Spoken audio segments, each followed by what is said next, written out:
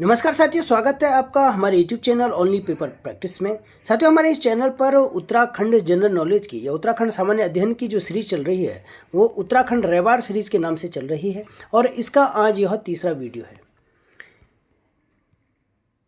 समय को बर्बाद नहीं करेंगे, चलिए शुरू करते हैं आज का पेपर प्रैक्टिस सेट। आज का पहला प्रश्न है, भारत के किस उत्सव से पत्थर युद्ध संबंधित है? भारत के किस उत्सव से पत्थर युद्ध संबंधित है? ऑप्शन है झंडा मेला, गौचर मेला, बग्वाल मेला, विशु मेला। तो राइट आंसर हो जाएगा, आप जानते ही होंगे, बग्वाल मेला में पत्थरों से युद्ध होता है। इसे पाषाण मेला भी कहते हैं। पाषाण युद्ध होता है यानी पत्थरों से युद्ध होता है। आइए जानते हैं बग्वाल मेला कहाँ होता है। आप जानते होंगे चंपावत में एक जगह है जिसका नाम है देवीधुरा। देवीधुरा में यह बग्वाल मेला लगता है। यह रक्षाबंधन के अवसर पर लगता है। रक्षाबंधन जो हमारा त्यौहार है उसके अवसर पर बग्वाल मेला मनाया जाता है। देवीधुरा में एक मंदिर है, वराही देवी का मंदिर। इस मंदिर के प्रांगण में ही यह बग्वाल मेला लगता है। माना जाता है जो वराही देवी थी, वराही देवी को पहले क्या दिया जाता था, नर बलि दी जाती थी, नर बलि दी जाती थी।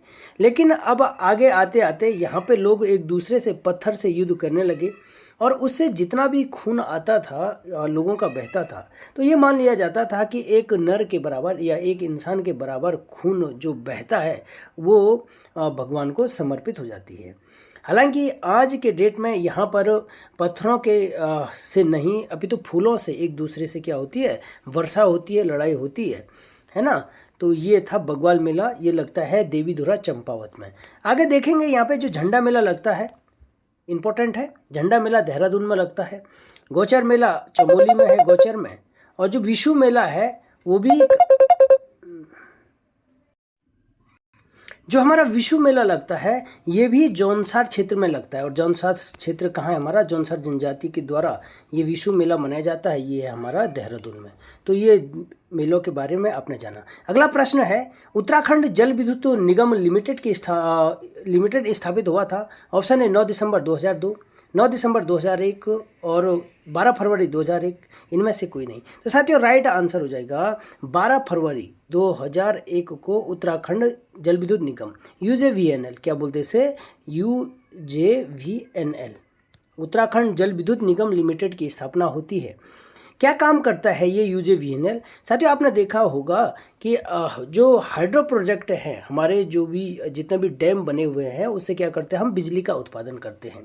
तो इन जल विद्युत परियोजनाओं का विकास करना इस UJVNL का कार्य है। क्या है? जल विद्युत परियोजना का विकास करना। इसके साथ साथ उनका स्थापना करना, जैसे नए नए जल विद्युत परियोजनाओं की खोज करना, उनका रख रखाव करना, ये सारे काम हमारे UJVNL करती है। 12 फरवरी 2001 में इसकी स्थापना होती है।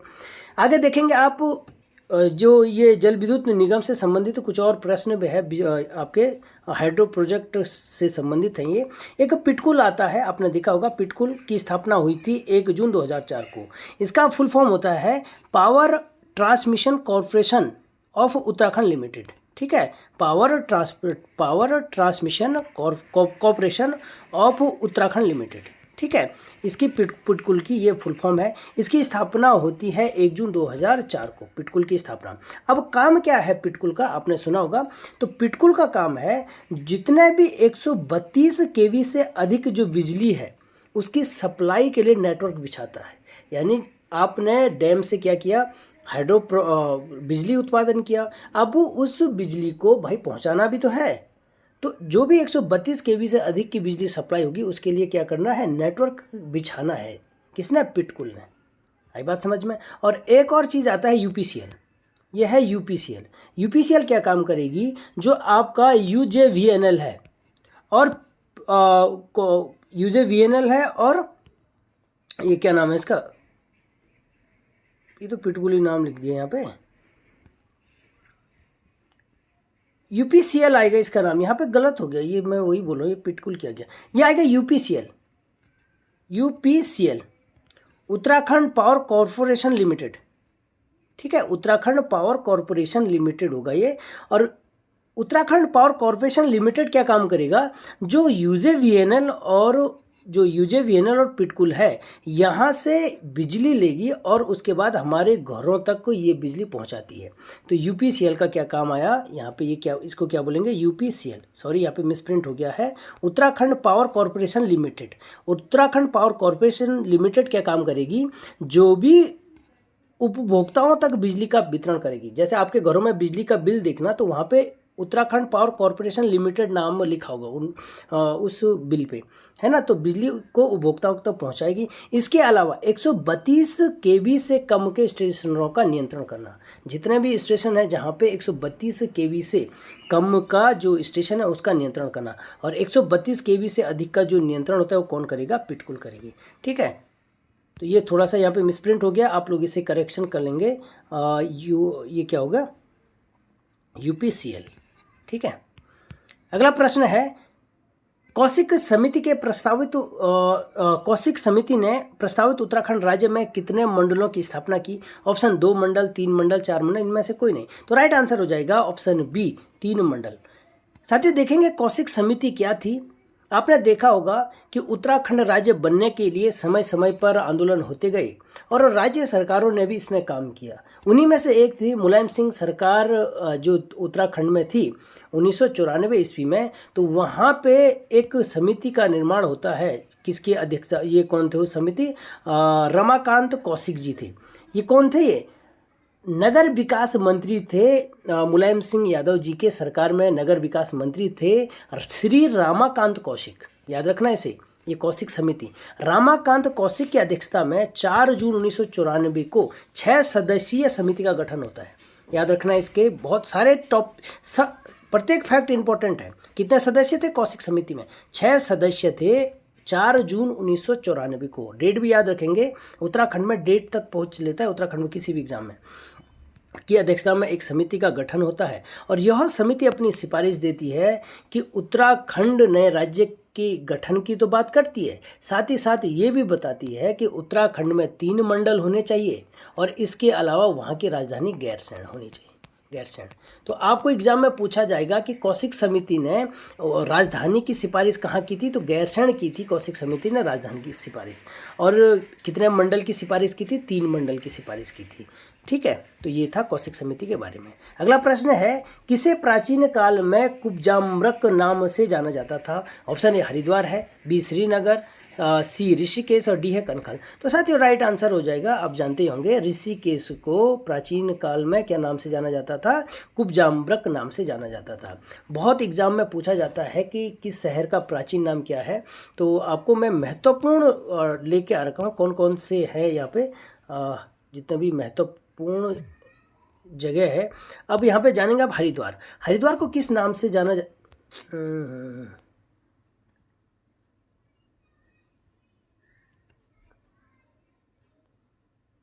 सबसे पहले आएगा हरिद्वार। हरिद्वार को किस नाम से जाना जाता था, मयूरपुर, कुपिला और मायापुर, ये 3 नाम हरिद्वार के प्राचीन नाम हैं।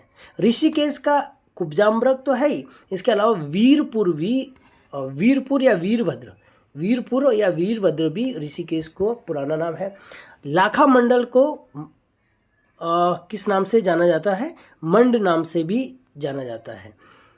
अगला है उत्तरकाशी को बाड़ाहाट, सौम्यकाशी और शत्रुघ्न। उत्तरकाशी का प्राचीन नाम है, एक है बाड़ाहाट, एक है सौम्यकाशी, एक शत्रुघ्न, है ना। ये उत्तरकाशी का पुराना नाम है। अगला है बद्रीनाथ, ये विशाल बद्री विशाल बोलते हैं ना, तो विशाल भी बद्रीनाथ जी का पुराना नाम है। देवप्रयाग का पुराना नाम क्या है, सुदर्शन क्षेत्र। पुराना मीन्स की प्राचीन नाम, सुदर्शन क्षेत्र और इंद्रप्रयाग भी कहते हैं देवप्रयाग को, याद रखेंगे। क्या कहते हैं, सुदर्शन क्षेत्र भी कहते हैं और इंद्रप्रयाग भी कहते हैं। रुद्रप्रयाग को पुनाड़, आप जानते होंगे। बाजपुर, ये एग्जाम में आया था, किसी वीडियो के एग्जाम में आया था। ये लगभग सारे के सारे एग्जाम में पूछे गए प्रश्न हैं ये। तो बाजपुर में मुंडिया। प्रतापनगर का पुराना नाम क्या है, ढांगधार। कीर्तिनगर का विलोल गांव, अल्मोड़ा, आलमनगर। ठीक है। अच्छा, उत्तरकाशी का एक और नाम है, यहाँ पे मेंशन नहीं कर रखा मैंने, राजगढ़ी। राजगढ़ी भी उत्तरकाशी को बोलते हैं, पुराना नाम। ठीक है साथियों, और भी जगह है। अब अगले जो पेपर प्रैक्टिस होगा, अगला जो मैं आगे हम लोग को कराते आएंगे ये पेपर प्रैक्टिस सेट, तो वहाँ पे आपको बताऊंगा और भी जो जगह है उनका प्राचीन नाम क्या है। अभी कुछ मैंने यहाँ पे छोड़ रखे हैं, आज अभी आपके लिए इतना ही याद करेंगे। बहुत है। अगला प्रश्न है, इनमें से कौन उत्तराखंड का लोक वाद्य यंत्र है? अभी तो बहुत इजी क्वेश्चन हो गया। लोक वाद्य यंत्र कौन है? ये क्या है इसमें? वीणा, सितार, हुड़का, तानपुर। तो तानपुरा। तो राइट आंसर तो यहाँ पे आपको पता है, हुड़का उत्तराखंड का लोक वाद्य यंत्र है। साथियों, आपने देखा होगा, अगर आपने पुराने पेपर एनालिसिस किए होंगे तो यहाँ पे कभी कभार कैसे क्या पूछ लेता है कि निम्न में से चर्म वाद्य यंत्र कौन सा है? तो चर्म मीन्स चमड़े से बना हुआ वाद्य यंत्र। एक वीडियो के एग्जाम में पूछा गया था कि निम्न में से सुशिर वाद्य यंत्र कौन है? तो सुशिर का मतलब होता है कि फूंक से बजाने वाला वाद्य यंत्र, जैसे मुंह से फूंक मारना है तब वो वाद्य यंत्र बजेगा। तो ये इस प्रकार के क्वेश्चन पूछे जाते हैं। तो यहाँ पे मैं आपके लिए ज़्यादा लेके नहीं आया हूँ, मैं चाहता तो सब कुछ लेकर आ जाता, लेकिन ऐसा नहीं। अगला या आने वाले समय में जो मैं पेपर प्रैक्टिस सेट करवाऊंगा उसमें फिर इन चीज़ों को नहीं बताऊंगा, मैं इसके अतिरिक्त और जानकारी दूंगा। तो अभी आप इतना याद करना आपने केवल, ठीक है, इतना याद करना है कि चर्म वाद्य यंत्र कौन है? एक ढोल है, तबला, नगाड़ा, डफली, हुड़की, साइयाँ, डोर, दमाऊ और धतीमा। तो ये सब क्या है? चर्म वाद्य यंत्र है। मतलब चमड़े से बनाया जाता है इन वाद्य यंत्रों को और फिर उसे लाठी से बजाना है, डंडे से बजाना है, ठीक है। तो ये है चर्म वाद्य यंत्र। अब जो सुशिर वाद्य यंत्र है, आपने देखा होगा, सुशिर तुरही, मुंह से बजाते हैं जिसको। राणा सिंघा देखा होगा ना, लंबा सा। नागफनी, अलगोजा, मसकबीन तो फेमस है भाई कुमाऊं में। उर्दमुखी, भंकोरा, वो लंबा सा नहीं होता भंकोरा, शंख और मोछंग। ये है सुशिर वाद्य यंत्र। सुशिर का मतलब होता है मुंह से बजाने वाला यंत्र, ठीक है। तो अभी आपने केवल इतना ही याद करना है, ठीक है। और अगली बार जो वीडियो आएगी उसमें और भी अतिरिक्त जानकारी यहाँ पे देंगे। अगला प्रश्न है, कुली बेगार प्रथा का हल निकालने के लिए खच्चर सेना की स्थापना करने वाले कमिश्नर का नाम है? तो राइट आंसर हो जाएगा इसका बैटन ट्रेल रेमजे बेकेट। तो right answer Trail, option B Trail, है ना। तो साथियों, जान लेते हैं ये खच्चर सेना की स्थापना क्यों करी गई, इसका उद्देश्य क्या था। सबसे पहले जानेंगे, उत्तराखंड में एक प्रथा थी जिसको हम कुली बेगार प्रथा कहते हैं। हालांकि कुली बेगार प्रथा का जो आपने आंदोलन देखा होगा, आंदोलन तो वो 1921 ईस्वी में हुआ था, जो सरयू नदी के तट पर जो रजिस्टर बहाए गए थे, तो वो तो अलग है, लेकिन इससे बहुत पुराने प्रचलित थी। तो साथियों, जब ट्रेल के समय में ये कुली बेगार प्रथा प्रचलित थी, अब लोगों ने धीरे धीरे इसका विरोध भी किया। अब ट्रेल ने इसकी एक क्या निकाल दिया, विकल्प निकाल दिया। कुली बेगार प्रथा के अंतर्गत क्या करना होता था कि अगर अंग्रेज कोई भी सरकारी कर्मचारी या अंग्रेज गवर्नर हो गए या पटवारी जो भी है, अंग्रेज जो सरकारी कर्मचारी थे, ब्रिटिश लोग थे, अगर ये किसी गांव में अगर घुसेंगे तो उनके सामान को ढोने के लिए आदमी लगाए जाते थे। उसी गांव के आदमियों की जिम्मेदारी होती थी कि उनके सामान को एक स्थान से दूसरे स्थान तक पहुंचाए, और उस सामान, उस कार्य के बदले उनको किसी प्रकार का कोई पैसा नहीं दिया जाता था। तो नाम से ही आप जान रहे हैं कि कुली का मतलब उसे कुली काम करना, और बेगार का मतलब बेगार में तनख्वाह मान लीजिए, दिहाड़ी मान लीजिए, तो वो नहीं देते थे इसमें। तो ट्रेल ने क्या किया कि भाई ऐसा नहीं किया जाए, इसके बदले में क्या किया जाए कि खच्चरों को लगाया जाए। तो उन्होंने खच्चर क्या बनाए थे, खच्चरों की एक सेना बनाई थी जहाँ पे कि उनके सामान को ढोने के लिए उनको लगाया गया। तो आदमी की जगह में अब खच्चरों को ये काम करना होता था। तो ये व्यवस्था की थी ट्रेल ने 1822 ईस्वी में, याद रखेंगे इसको, 1822 ईस्वी में खच्चर सेना की स्थापना, हाँ ये लिखा हुआ है मैंने, आप स्क्रीनशॉट कर लीजिए। खच्चर सेना की स्थापना हुई थी 1822 ईस्वी में, ट्रेल ने किया था। अब थोड़ा ट्रेल के बारे में जान लीजिए थोड़ा। अच्छा, अगर आप इंटरेस्टेड हो, थोड़ा समय देंगे तो मैं आपको बताऊँगा कि आखिर ये ट्रेल कौन थे। साथियों, आपने देखा होगा कि जब उत्तराखंड में 1815 ईस्वी में अंग्रेजों का उत्तराखंड में पूर्ण अधिकार हो गया था, अब एक प्रश्न था कि उत्तराखंड में किस तरीके से राज किया जाए अंग्रेजों के द्वारा। तो आप देखते होंगे 1815 ईस्वी से पहले यहाँ पर रेगुलेटिंग एक्ट चलता था, यानी ब्रिटिश पार्लियामेंट से नियम कानून बनते थे, और उस नियम कानून को इंडिया के जो गवर्नर होते थे तो वो फॉलो करते थे, जिससे कि हमारे देश की शासन व्यवस्था चले। यानी ईस्ट इंडिया कंपनी के कार्यों को रेगुलेट किया जाता था। आई बात समझ में? रेगुलेटिंग एक्ट, रेगुलेट किया जाता था।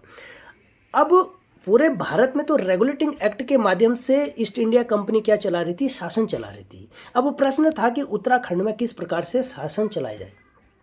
तो उत्तराखंड को रखा गया कि यहाँ पे रेगुलेटिंग एक्ट के तहत शासन व्यवस्था नहीं चलेगी। यहाँ पे इनके ऊपर एक कमिश्नर रखा गया। उत्तराखंड में शासन व्यवस्था चलाने के लिए एक कमिश्नर की नियुक्ति की गई। यह कमिश्नर अपने स्तर से स्थानीय नियम कानून बनाकर ही उत्तराखंड में राजकाज करता था। तो इसीलिए उत्तराखंड को बोला जाता है नॉन रेगुलेटिंग एक्ट के तहत यहाँ पे कार्य किया जाता था। याद रखेंगे उत्तराखंड में कैसे राजकाज चलाया अंग्रेजों ने, नॉन रेगुलेटिंग एक्ट। तो जान आपने समझा कि रेगुलेटिंग एक्ट क्या है और क्यों उत्तराखंड को नॉन रेगुलेटिंग एक्ट के अंतर्गत रखा गया। ठीक है, अभी इतना ही जान लीजिए। बाकी अगर आप हमारे जीएस के टॉपिक को अगर पेपर प्रैक्टिस सेट करते होंगे तो वहाँ पे ये सब चीज़ें जीएस के पॉइंट ऑफ व्यू से मैं आपको वहाँ पे अच्छे से बताता रहता हूँ। ठीक है, तो ये था भाई क्या था, रेगुलेटिंग एक्ट। हाँ, इस टॉपिक पे थे हम तो जब प्रथम गवर्नर की जो यहाँ पे कमिश्नर, कुमाऊं कमिश्नर बोला गया था इनको। तो प्रथम जो कुमाऊं कमिश्नर हुआ करते थे वो थे गार्डनर। ठीक है, गार्डनर कुमाऊं के प्रथम कमिश्नर थे। उसके बाद जो द्वितीय कमिश्नर थे वो थे ट्रेल। याद रखेंगे, ट्रेल थे 1816 से 1835 ईस्वी तक ट्रेल कुमाऊं के कमिश्नर रहे। अब यहाँ पे कुमाऊं का मतलब केवल कुमाऊं ही नहीं है। कुमाऊं में तो इनका क्या था, हेडक्वार्टर था, लेकिन गढ़वाल प्लस कुमाऊं दोनों पर इनका शासन चलता था। ठीक है, अब ट्रेल के बारे में जान लीजिए। ट्रेल के बारे में बहुत सारी चीज़ें हैं जानने के लिए, लेकिन मैं आपके लिए केवल ये 4 चीज़ें लेके आया हूँ और आज केवल आपने ट्रेल के बारे में ये 4 ही चीज़ें याद करनी है। आई बात समझ में? अगली बार जो मैं वीडियो दूंगा वो बहुत और इसके अतिरिक्त कुछ टॉपिक दूंगा। तो ट्रेल कुमाऊं के दूसरे कमिश्नर थे। प्रथम डाक व्यवस्था 1815 ईस्वी में श्रीनगर से अल्मोड़ा स्थापित हुई थी। अब आप कहेंगे 1816 में तो उसका कार्यकाल था। साथियों, अगर जब गार्डनर प्रथम कुमाऊं कमिश्नर थे तो उसके सहायक के रूप में ट्रेल को ही यहाँ पे क्या कर दिया था, नियुक्त कर दिया गया था। तो किताबों में 1815 ईस्वी में श्रीनगर से अल्मोड़ा में जो डाक व्यवस्था थी तो उस समय ट्रेल गार्डनर के सहायक हुआ करते थे।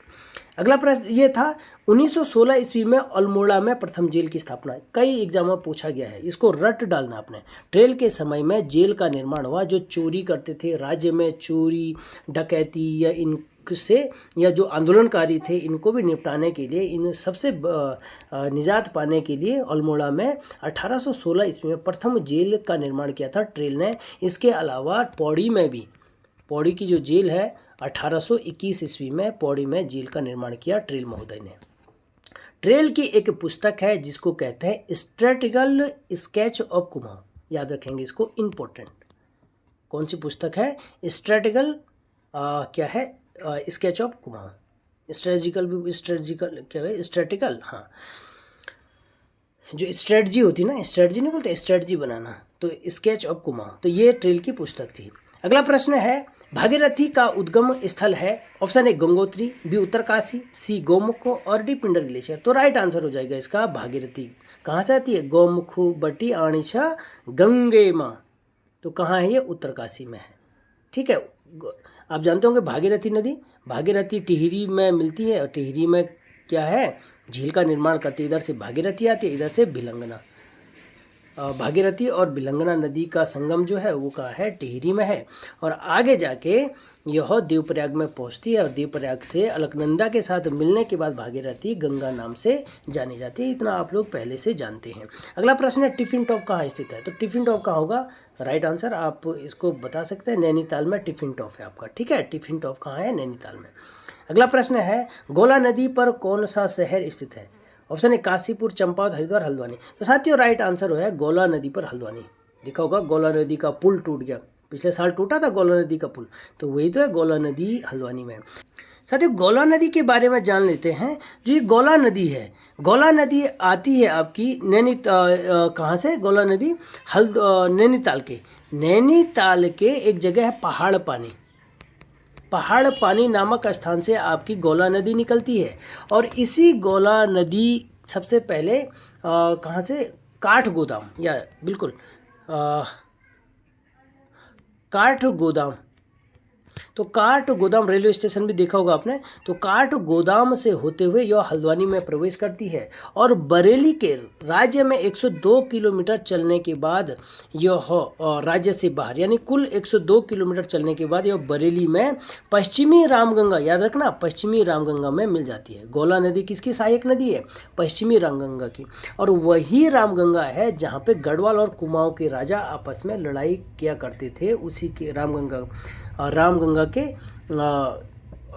के पूर्व में जो चंद वंश थे और रामगंगा के पश्चिम में हमारे पंवार वंश थे। और याद रखना, ये एक एग्जाम में आया हुआ प्रश्न है कि किस नदी के विभाजन में, उसमें क्वेश्चन क्या आया था कि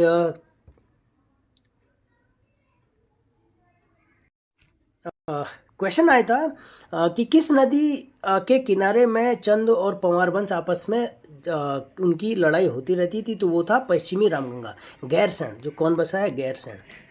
कहाँ से निकलती है पश्चिमी रामगंगा? वो निकलती है आपका दूधातोली से। ठीक है। अगला प्रश्न है, उत्तराखंड में प्रथम बार वन पंचायतों का गठन किया गया। तो राइट आंसर हो जाएगा, आप जानते होंगे, प्रथम बार वन पंचायतों का गठन 1927 ईस्वी में किया गया। अगला प्रश्न है, इंसाइक्लोपीडिया ऑफ उत्तराखंड किससे कहा गया? मंगलेश डबराल, शिव प्रसाद डबराल, वारेन डंगवाल और गोविंद चातक। तो राइट आंसर तो आपने देख ही लिया होगा। तो राइट आंसर आपका इंसाइक्लोपीडिया ऑफ उत्तराखंड कहते हैं शिव प्रसाद डबराल जी को। किसको कहेंगे? किनको कहेंगे? शिव प्रसाद डबराल जी को कहेंगे इंसाइक्लोपीडिया ऑफ उत्तराखंड। आइए जानते हैं शिव प्रसाद डबराल जी के बारे में। शिव प्रसाद जो डबराल जी हैं, इनका एक उपनाम है, उनको कहते हैं चारण। ये घुमक्कड़ी स्वभाव के थे और घुमक्कड़ी स्वभाव के कारण इनको चारण नाम से भी जाना जाता है। इसके अलावा इन्होंने ज्योग्राफी में पीएचडी की है ना, ये मैंने मेंशन नहीं कर रखा है। तो ज्योग्राफी में इन्होंने पीएचडी धारक हैं ज्योग्राफी में। इनकी कुछ रचनाएं हैं, प्रमुख रचनाएं हैं, एग्जाम में पूछे जाते हैं। सबसे पहले है श्री उत्तराखंड दर्शन। उत्तराखंड के भोटांतिक, भोटिया जनजाति के बारे में कहा गया है। उत्तराखंड के पशुचारक, सदेई, शिव प्रसाद डबराल जी की कृति रचना है। उत्तराखंड के अभिलेख एवं मुद्रा, वो की नहीं आएगा की, उत्तराखंड के अभिलेख एवं मुद्रा, गोरा बादल, आपने सुना होगा, एग्जाम में पूछा गया प्रश्न है। गोरा बादल शिव प्रसाद डबराल जी की रचना है। गढ़वाली मेघदूत, गढ़वाली मेघदूत किसकी रचना है? शिव प्रसाद डबराल की। पत्राधाम शिव प्रसाद डबराल जी की रचना है। राष्ट्र रक्षा काव्य आदि ये क्या है? शिव प्रसाद डबराल जी की रचनाएं हैं। याद कर देंगे, इसे एग्जाम में पूछा जाएगा। ठीक है। तो ये था शिव प्रसाद डबराल जी के बारे में। अगला प्रश्न है, कुमाऊं परिषद का गठन कब हुआ? बहुत इंपॉर्टेंट क्वेश्चन, बहुत ही ज़्यादा इंपॉर्टेंट क्वेश्चन।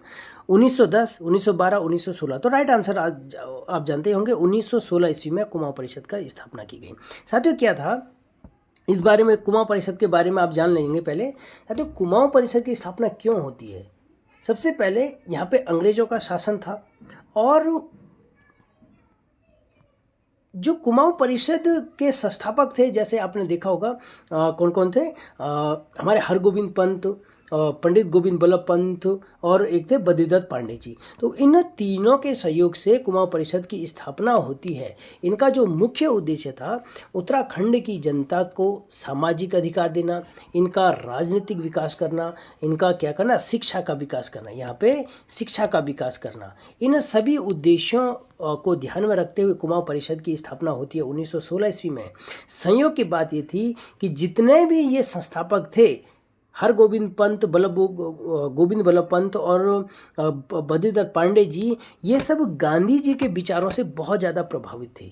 तो आप देखेंगे इतिहास में, हालांकि मैंने यहाँ पे मेंशन नहीं कर रखा है, तो बद्रीदत्त पांडे ने गांधी जी के जितने भी आंदोलन हुए, चाहे सविनय अवज्ञा आंदोलन हुआ, आपका असहयोग आंदोलन हुआ, भारत छोड़ो आंदोलन हुआ, सभी आंदोलनों में भाग लिया और लगभग प्रत्येक जगह कहीं 9 महीने की जेल में गई, तो कहीं 1 साल 1.5 साल, लगभग अपना पूरा जीवन इन्होंने जेल में ही बिताया बद्रीदत्त पांडे जी ने।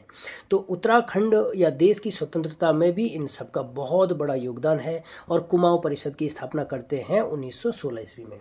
हमारे लिए एग्जाम की दृष्टि से क्या महत्वपूर्ण है कि एग्जाम में पूछा जाता है कि इनका, इस परिषद का जो सम्मेलन है वो कहाँ हुआ। जैसे कांग्रेस का सम्मेलन होता था, तो इसी प्रकार कुमाऊं परिषद का भी सम्मेलन होता था। अब यहाँ पे क्या है, जो प्रथम सम्मेलन हुआ कुमाऊं परिषद का, वो हुआ अल्मोड़ा में, 1917 ईस्वी में होता है अल्मोड़ा में। और इसके जो अध्यक्ष थे, मैंने यहाँ पे लिखा अध्यक्ष थे जयदत्त जोशी। अध्यक्ष कौन थे? जयदत्त जोशी। प्रथम कुमाऊं परिषद का जो सम्मेलन हुआ अल्मोड़ा में हुआ 1917 ईस्वी में, और जयदत्त जोशी इसके अध्यक्ष थे। दूसरा होता है हल्द्वानी में और इनके अध्यक्ष थे तारादत्त गैरोला। और जो तीसरा है ये इम्पोर्टेंट है, इम्पोर्टेंट इसलिए है कि एक कुमाऊं परिषद का एकमात्र ऐसा अधिवेशन है जो गढ़वाल में हुआ, वो था कोटद्वार में 1919 ईस्वी में, और इसके जो अध्यक्ष थे बद्रीदत्त जोशी, बद्रीदत्त पांडे जी नहीं है, बद्रीदत्त जोशी जी इसके क्या हैं, अध्यक्ष रहते हैं, जो कोटद्वार में कुमाऊं परिषद का क्या होता है सम्मेलन हुआ। अगला जो चौथा है वो है काशीपुर में, ये इम्पोर्टेंट है, ये 6 के 6 इम्पोर्टेंट है। क्यों?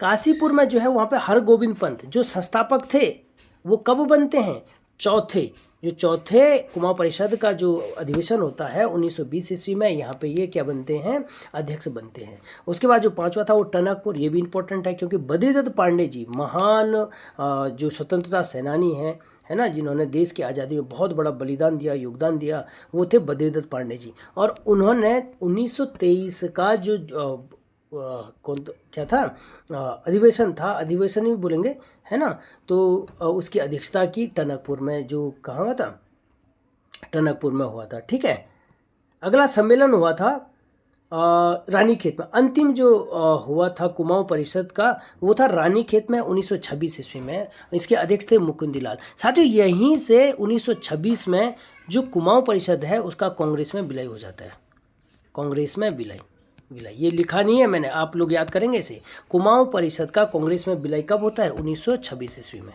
याद रखेंगे इसको। तो साथियों यही था कुमाऊं परिषद के बारे में। अगला प्रश्न है किस विद्रोह को कुमाऊं का बारदोली कहा जाता है, तो ऑप्शन ए सकलाना विद्रोह, तिलाड़ी, सल्ट, अस्कोट। तो ये आप जानते होंगे कुमाऊं का बारदोली। थोड़ा सा बारदोली सत्याग्रह के बारे में जान लेंगे। साथियों बारदोली सत्याग्रह में क्या हुआ था कि बारदोली कहाँ पे, गुजरात की एक जगह है। जब यहाँ पे अंग्रेजों ने लगान को कितना प्रतिशत कर दिया था, 20% बढ़ा दिया था। किसानों का लगान मीन्स कर, टैक्स को 20% कर दिया गया था। सरदार वल्लभ भाई पटेल जी वहाँ जाते हैं, जिसके परिणाम स्वरूप यहाँ पे 20% से घटाकर लगान को 6% कर दिया गया। तो इसीलिए उसे कुमाऊं का बारदोली कहा गया। इसी प्रकार उसे बारदोली सत्याग्रह कहते हैं। उसी प्रकार सल्ट में की जो घटना है, आपने देखा होगा सल्ट क्षेत्र में भी पहले क्या किया आपने, सरयू नदी के तट पर क्या हुआ था, खुली बेगार आंदोलन हुए थे, लोगों ने बेगार देना बंद कर दिया गया था। उसी दौरान यहाँ पे एक सल्ट क्षेत्र था और यहाँ बहुत पिछड़ा हुआ इलाका था, तो अंग्रेजों ने यहाँ पे लगान वसूलना शुरू कर दिया, इस भोली भाली जनता को लगान वसूलना शुरू कर दिया।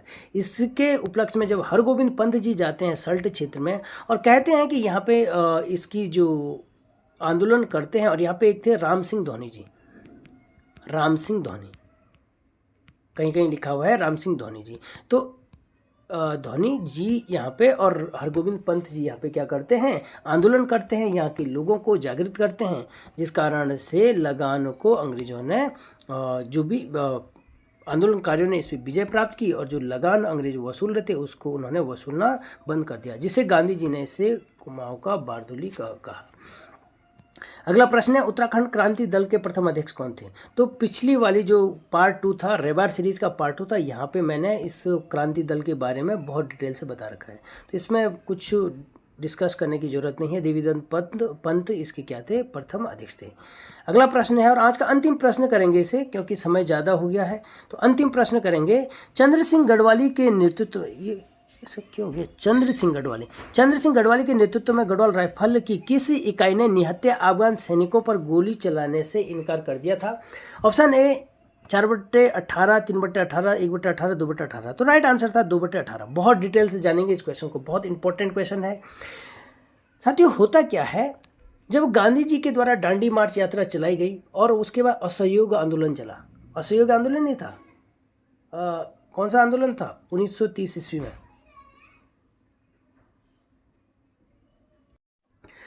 असहयोग आंदोलन नहीं यार, सविनय अवज्ञा आंदोलन। ये थोड़ा कंफ्यूज करते हैं, कंफ्यूज शब्दावली में करते हैं, कॉन्सेप्ट में नहीं करते, मुझे ये कंफ्यूज। जैसे असहयोग तो असहयोग करना था, और सविनय अवज्ञा, उसमें अवज्ञा का पालन नहीं करना था। ठीक है, तो गांधी जी दांडी मार्च यात्रा करते हैं और वहाँ पे सविनय अवज्ञा आंदोलन शुरू हो जाता है। साथियों जब भारत में यहाँ पे जो गांधी जी असहयोग बार बार मुँह में आ जा रहा है। क्या सविनय अवज्ञा आंदोलन कर रहे थे तो इसके क्या हुआ था इस आंदोलन में? वहाँ पे नमक कानून तोड़े गए थे, और नमक कानून तोड़े गए थे इसका मतलब क्या था कि कर नहीं देना था और अंग्रेजों का क्या करना था, आज्ञा को नहीं मानना था, उसे सविनय अवज्ञा आंदोलन कहा गया। तो इसी दौरान जब गांधी जी, आपने देखा होगा, हमारे मुख्य भारत की भूमि पर क्या कर रहे थे, सविनय अवज्ञा आंदोलन चला रहे थे, तो इसी दौरान उत्तर पश्चिम प्रांत जिसे जो पेशावर वाला क्षेत्र है ना, तो यहाँ पर अफगान सैनिक भी क्या कर रहे थे, विद्रोह कर रहे थे, और इनका नेतृत्व कर रहे थे खान अब्दुल गफ्फर खान। याद रखेंगे, खान अब्दुल गफ्फर खान का नेतृत्व कर रहे थे। और उनका जो लाल कुर्ती आंदोलन, उनके जो आंदोलनकारी जो आंदोलन कर रहे थे उनको लाल कुर्ती धारण करते थे, लाल कपड़े पहनते थे, इसे लाल कुर्ती आंदोलन भी कहा जाता था। जब इन निहत्थे अफगानों पर गोली चलाने के लिए कहा तो वहाँ पे सेना की एक टुकड़ी थी और जिसका नेतृत्व वहाँ पे कर रहे थे हमारे चंद्र सिंह गढ़वाली जी। और चंद्र सिंह गढ़वाली ने उनकी जो गढ़वाल राइफल की जो इकाई थी, यानी बटालियन थी, यूनिट कहेंगे उसे 2/8 नाम से जाना जाता था, यानी 2/8 गढ़वाल राइफल की यूनिट थी। गढ़बीर चंद्र सिंह गढ़वाली के नेतृत्व वाली गढ़वाल राइफल की यूनिट ने निहत्थे अफगानों पर गोली चलाने से मना कर दिया था, है ना। तो ये था, कहाँ पे था ये, याद रखेंगे, पेशावर। इसी को पेशावर कांड भी जानता है, पेशावर कांड के नाम से भी यह जाना जाता है। ठीक है, तो यही था भाई वीर चंद्र सिंह गढ़वाली जी का योगदान। साथियों, आज इतना ही करते हैं, इससे आगे कल करेंगे क्योंकि समय काफ़ी हो गया है। तो साथियों, कैसे लग रही है आपको हमारी ये रेवार सीरीज़, कमेंट बॉक्स में ज़रूर बताइए। अभी तो आपको ना बहुत ज़्यादा शायद अजीब सा लग रहा होगा कि यार आप अभी एक शंका में होंगे। साथियों, अभी आप थोड़ा सा एक शंका में होंगे कि क्या हमारा इससे उत्तराखंड कंप्लीट हो पाएगा या नहीं। तो मैं आपको विश्वास दिलाता हूँ, अभी तो ये तीसरी वीडियो है। अगर उत्तराखंड की यहाँ पे कम से कम 20 से 25 अगर वीडियो भी आ गई तो आपको फिर वहीं से पता लग जाएगा कि उत्तराखंड में आप लोगों का जो स्तर होगा बहुत अच्छा हो जाएगा, ऐसा मैं गारंटी देता हूँ। और ये मैं अपनी नैतिक जिम्मेदारी, मेरी जिम्मेदारी है कि आप लोगों को पूरा उत्तराखंड के एक एक चीज़ आपको बताऊँगा पेपर प्रैक्टिस सेट के माध्यम से। और जिससे कि पेपर प्रैक्टिस सेट इसलिए कि पुराने पेपर में क्या पूछा गया है और हमें क्या पढ़ना है उसके हिसाब से मैं आपको बताऊंगा। और इसलिए आप चैनल को लगातार देखते रहिए और आपको इसका लाभ मिलना शुरू हो जाएगा। चैनल को लगातार देखते रहिए तो लाभ तभी मिलेगा आपको, है ना। तो साथियों, यही था आज का पेपर प्रैक्टिस सेट। आपने वीडियो देखी, आपका बहुत बहुत धन्यवाद। बस चैनल को एक छोटी सी गुजारिश है, लाइक करिए, शेयर करिए, सब्सक्राइब करिए, है ना, ताकि अगली वाली वीडियो और बेहतरीन आप तक पहुंच सके। बहुत बहुत धन्यवाद, नमस्कार।